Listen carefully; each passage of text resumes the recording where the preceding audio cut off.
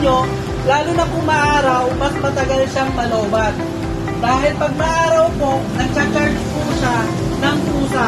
Basta may solar kayo sa battery. So pag maaraw, solar na lang po yung magcha-charge nun. Makikita nyo naman po dito yun pag halimbawang nagcha-charge siya. Ito po umiilaw kasi po ngayon maulan at saka gabi na wala ng araw. Naka-off po yan. Automatic. Automatic po yan. Nandiyan po yung watt meter, voltmeter, amp meter. Ayan po, tatlo na po yun nandyan. So makikita nyo kung nagcha-charge yan kasi umiilaw po yan. Ito na to yung watt meter natin. Magandang klase na po yung nilagay naming solar dito dahil ang tatak po niya ay Bosca. Ang kagandahan po ng solar, kahit kung may pupuntahan ka, kahit malayo yung pupuntahan mo, basta maaraw po, nagcha-charge po yun.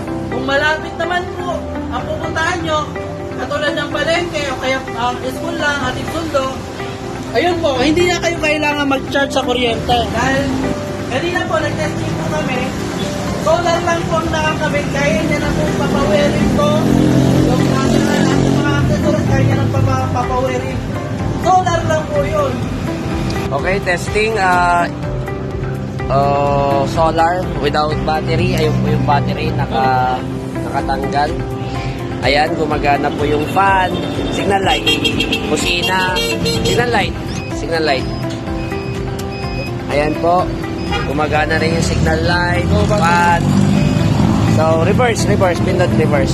Ayan, sound ng reverse. Ayan po, no battery yan, yung naka-disconnect.